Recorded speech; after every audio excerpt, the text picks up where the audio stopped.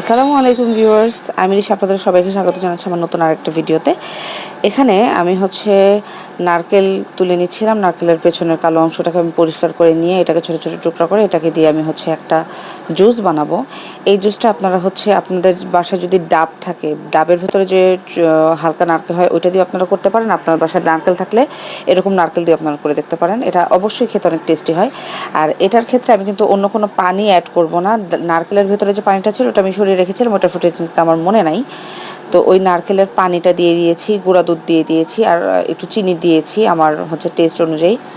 এই জুসটা আপনাদের বাসায় বড় থেকে ছোট সবাই অনেক পছন্দ করে খাবে ইনশাল্লাহ, আশা করছি। কারণ আমার বাসায় তো সবাই খুবই পছন্দ করে খেয়েছে।